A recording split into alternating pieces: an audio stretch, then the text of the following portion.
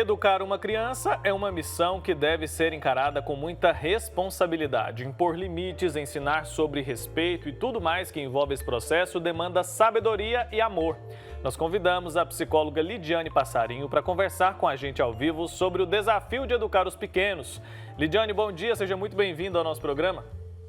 Bom dia a todos, que prazer estar aqui com vocês. Muito prazer também, Will. É muito bom te receber aqui, ainda mais para falar sobre um assunto tão sério, né? Queria que você explicasse um pouco para a gente quais são as maiores dificuldades ali que os pais ou os responsáveis enfrentam ali na hora de educar uma criança. Se tratando de educação de filhos, né, a gente sabe que esse é um desafio diário, né? Com toda certeza. O que eu mais vejo no dia a dia do consultório ali são questões básicas, né? Como paciência, diálogo, respeito mútuo, a sabedoria, né, para conduzir. Eu costumo pensar e até dizer, né, para os pais dos meus pacientes que a questão não é só colocar uma criança no mundo e vê-la crescer, né? Mas sim fazer com que aquela criança permitir, ajudar aquela criança a ser um bom ser humano no mundo, né? Então, acho que esse é o maior desafio que os pais enfrentam. E aí, junto com isso, vem muita ansiedade, né, por conta da responsabilidade, vem algumas frustrações, e muitas vezes a gente precisa se reorganizar internamente para poder dar conta desse recado que Deus nos confia. Tá certo, Lidiane, bom dia para você, obrigada por estar aqui com a gente. Falando sobre as vontades das crianças, né, Lidiane? Acho que essa é uma preocupação muito grande, porque tem dois extremos, né? Quando os pais agem ali com muito autoritarismo, né? Ou seja, não dão atenção porque a criança está ali tentando chamar atenção, tentando, né, se comunicar, muitas vezes elas não conseguem ainda, né? Então, ela está tentando se comunicar e ainda não tem aquela formação na cabecinha dela. Como é que os pais devem agir, os cuidadores, enfim? Tem muita gente que fala, né, sobre esses extremos, o autoritarismo e o mimar, né? Tem muita gente que fala, você está mimando demais, tudo que esse menino quer, você dá. Qual que é esse equilíbrio e como encontrar esse equilíbrio para entender o que essa criança quer dizer para a gente? Bom, talvez eu vou falar aqui uma coisa, né, que muitas pessoas não gostam de ouvir. A gente precisa, às vezes, estudar um pouquinho para poder ser pais e mães melhores. Então, conhecer sobre o desenvolvimento da criança, do adolescente, é fundamental para a gente saber entender qual a fase que aquela criança está. Então, tem alguns comportamentos, né, que as crianças têm diante de algumas fases que elas estão. Então, a gente quer alguma resposta diferente, né, daquela criança, daquele adolescente, mas aquilo está acontecendo baseado numa fase de desenvolvimento que ela está, e aí, por conta de questões cerebrais mesmo, ela não consegue responder de forma diferente. Então, acho que a primeira questão aí é estudar, para saber ali sobre as fases dessa criança, desse adolescente. E aí, segundo, é conhecer muito bem seu filho, né? E aí isso acontece através de diálogo, de respeito.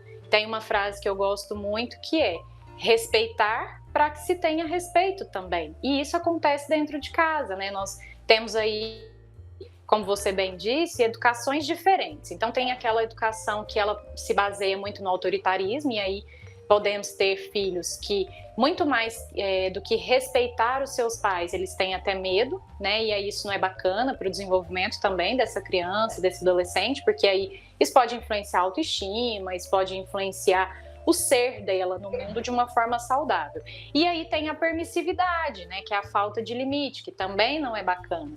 Que aí a gente precisa, assim, muitas vezes entender, né, o que significa mimar e o que significa, de fato, ceder às vontades saudáveis de uma criança. Por exemplo, né, bebezinho, tem um bebezinho de 5 meses, então tem muitas pessoas que falam, fica no colo demais, né, fica mimado demais. E aí isso é verdade até, mas também eu preciso respeitar o desenvolvimento que o meu bebê está, né? Então, nesse momento, ele está desenvolvendo o apego, que a gente chama de apego seguro.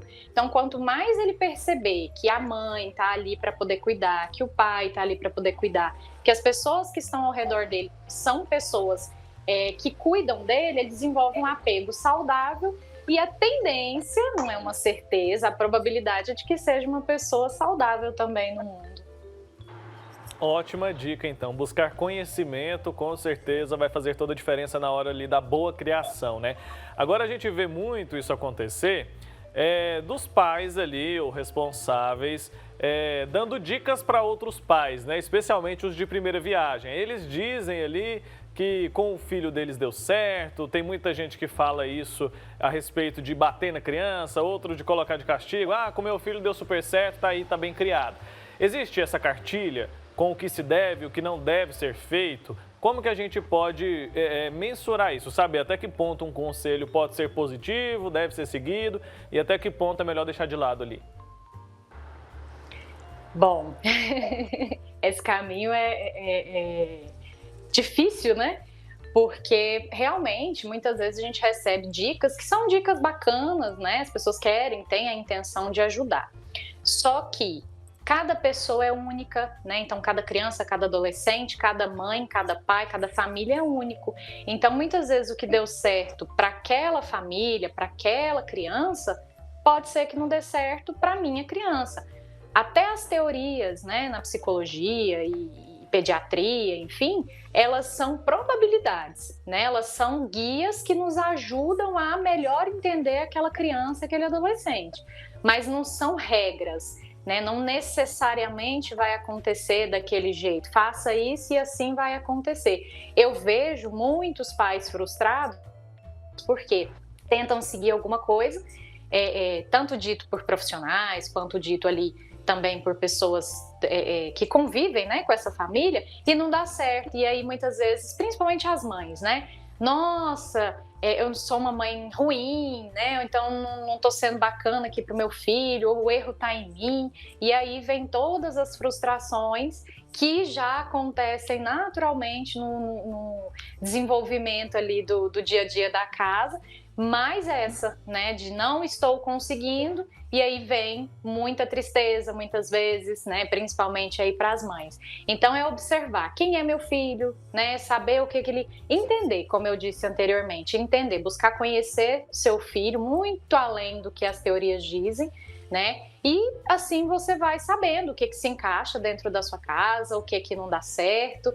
E assim, existem os dois lados, né? Tem as pessoas que também precisam ter um respeito, né, para poder orientar, principalmente os pais de primeira viagem, mas também as pessoas que recebem, né? E aí essa é uma parte muito difícil de você receber aquela orientação e falar, peraí, deixa eu ver o que cabe aqui dentro da minha casa, sem se sentir ofendido, sem se sentir muitas vezes triste, né? Por estar sendo ali, recebendo um conselho que talvez não seja tão interessante assim.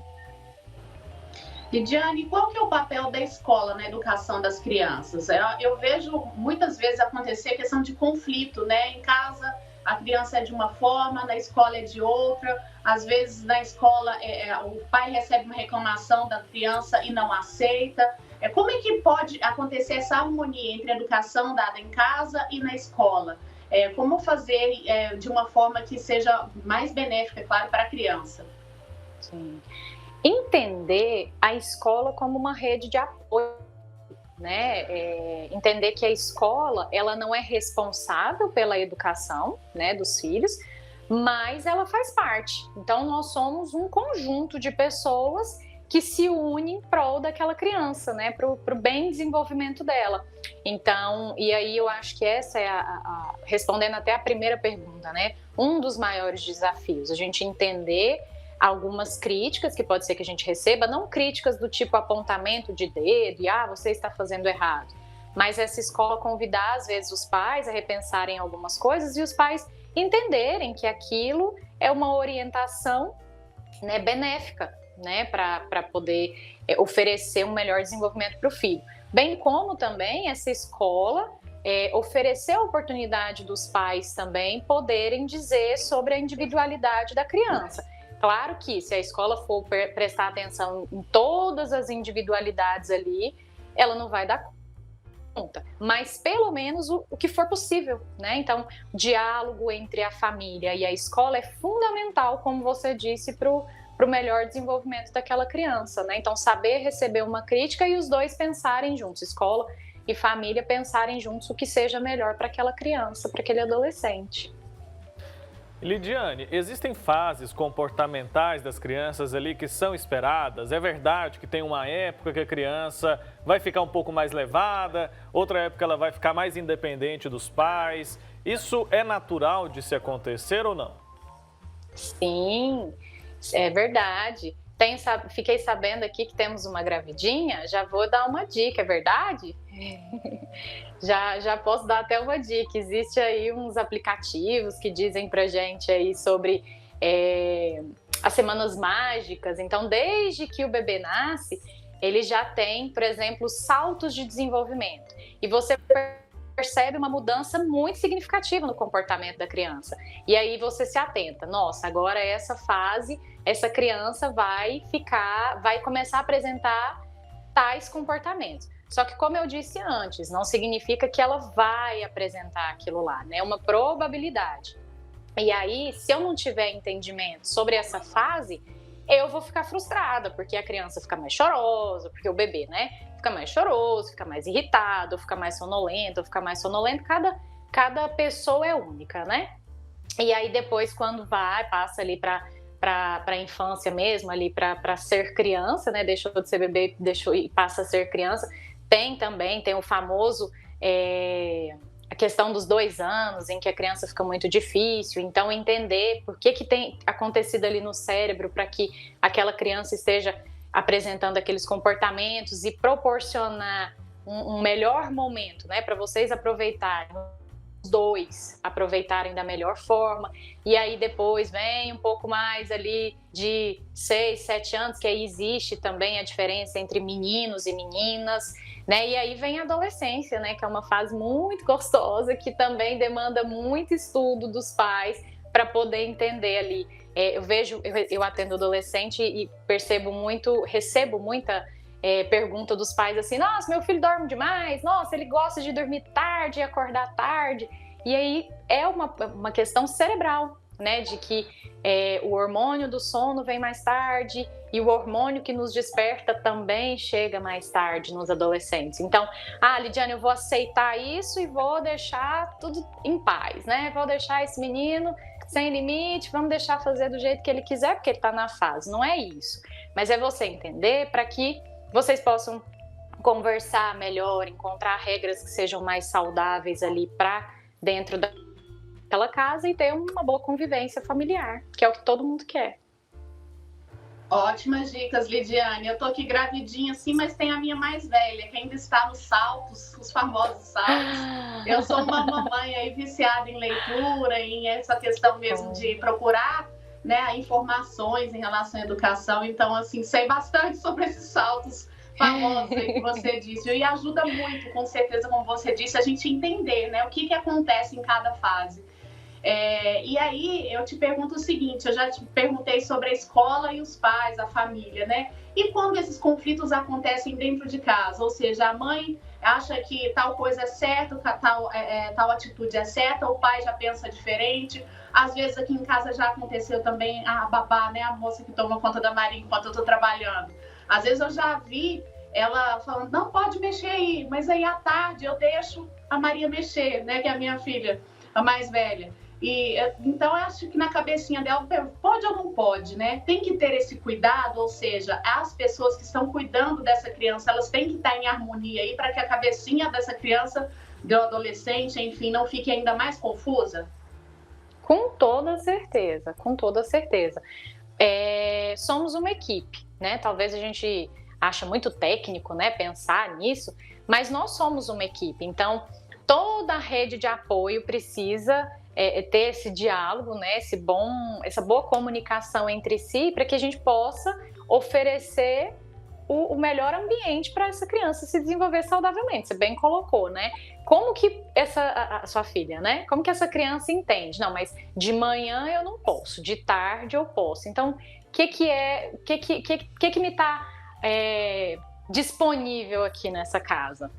Né? Então, assim, conversar. Só que aí vem aquilo que eu também disse anteriormente, né? Muitas vezes entender entender algumas pontuações, não como críticas, né? Mas sim como pontuações mesmo pro melhor andamento daquela casa. Né? Então, assim, muitas vezes os avós, quem são os cuidadores dos filhos, né? Para que os pais possam trabalhar, e às vezes não aceitam aí algumas pontuações dos pais, entendem como uma crítica, né? E às vezes os pais também não querem falar para não deixar a pessoa desapontada, né? Já que está ali ou trabalhando ou ajudando, né? Fazendo um favor.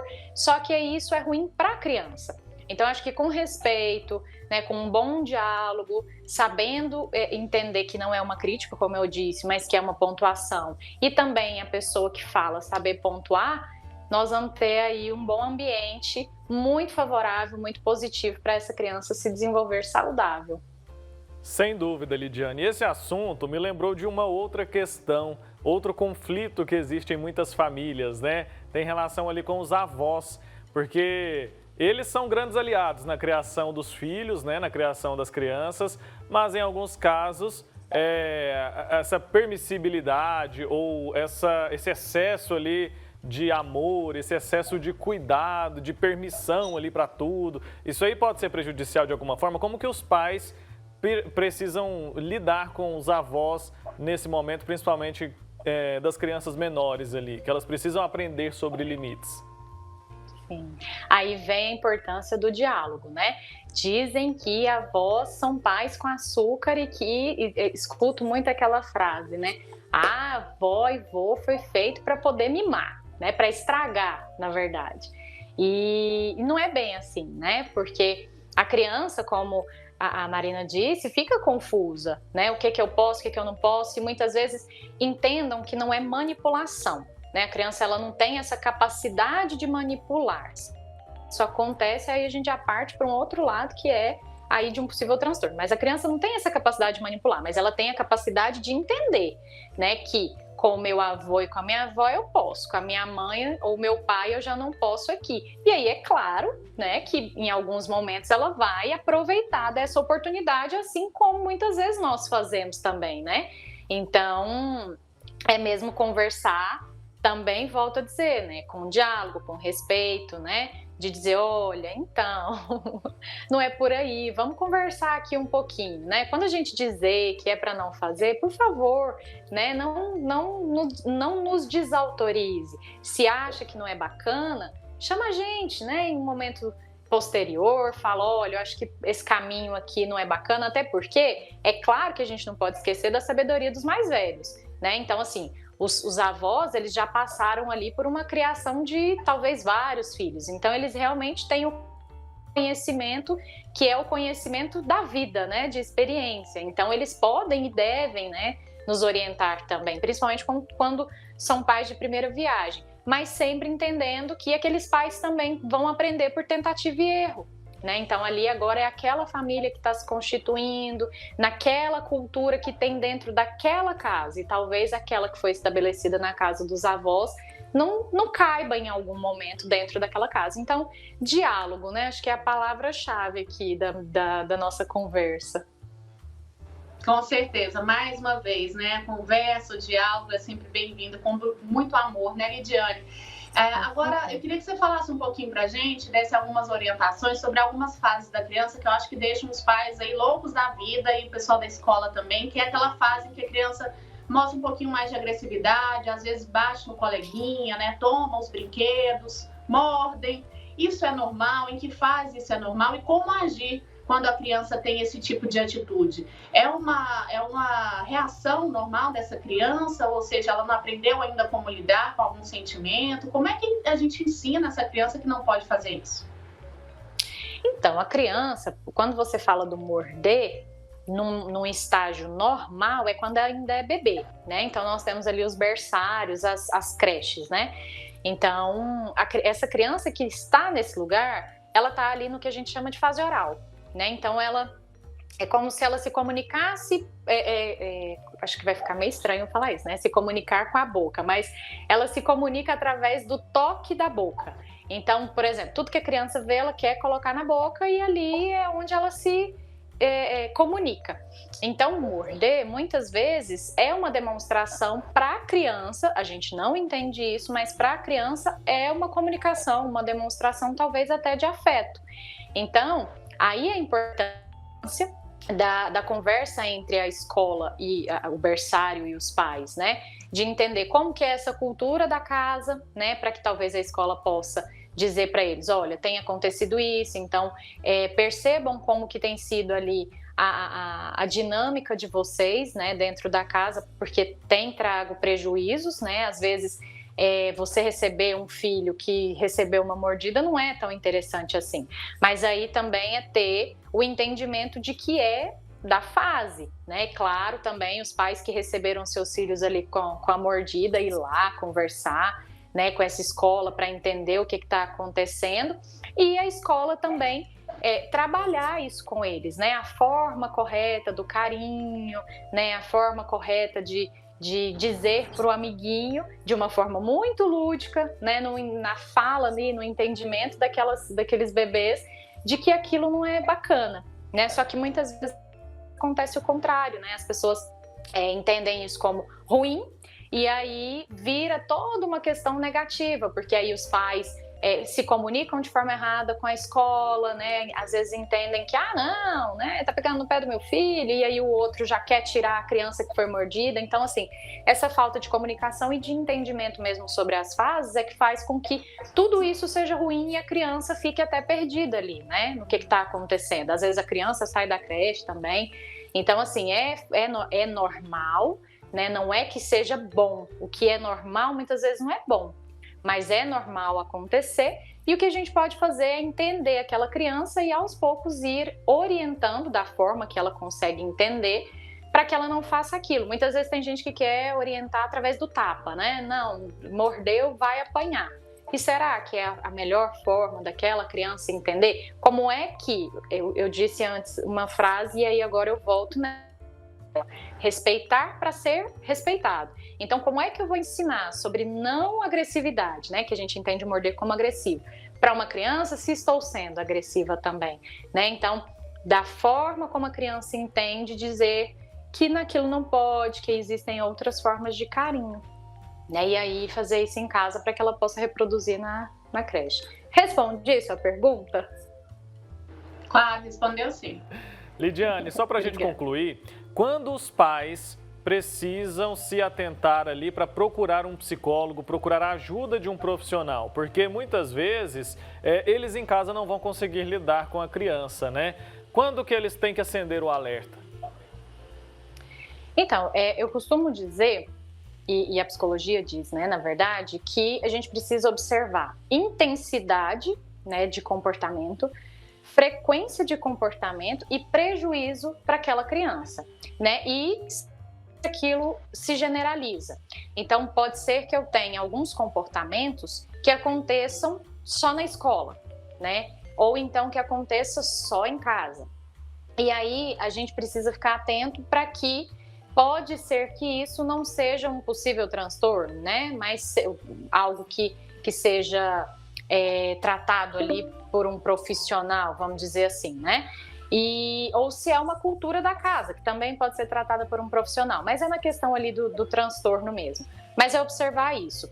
Aquele comportamento tem sido muito intenso, né, em todos os lugares. Então, tanto na escola a criança tem apresentado agressividade, quanto em casa, quanto em todos os ambientes que ela vai.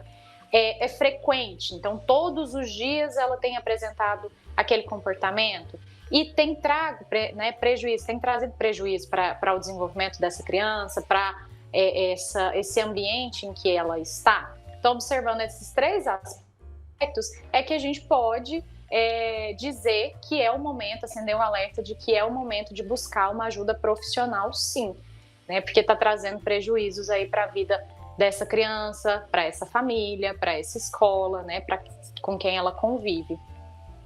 Tá ótimo, Lidiane. Muito obrigado pelo seu tempo aqui com a gente, por esse bate-papo tão especial a respeito de um assunto que é muito importante, né? Até uma próxima oportunidade, viu? Obrigada a vocês pelo convite, muito bacana estar aqui. Espero ter respondido da melhor forma aí todas as dúvidas e estou à disposição. Contribuiu muito, com certeza, tá bom?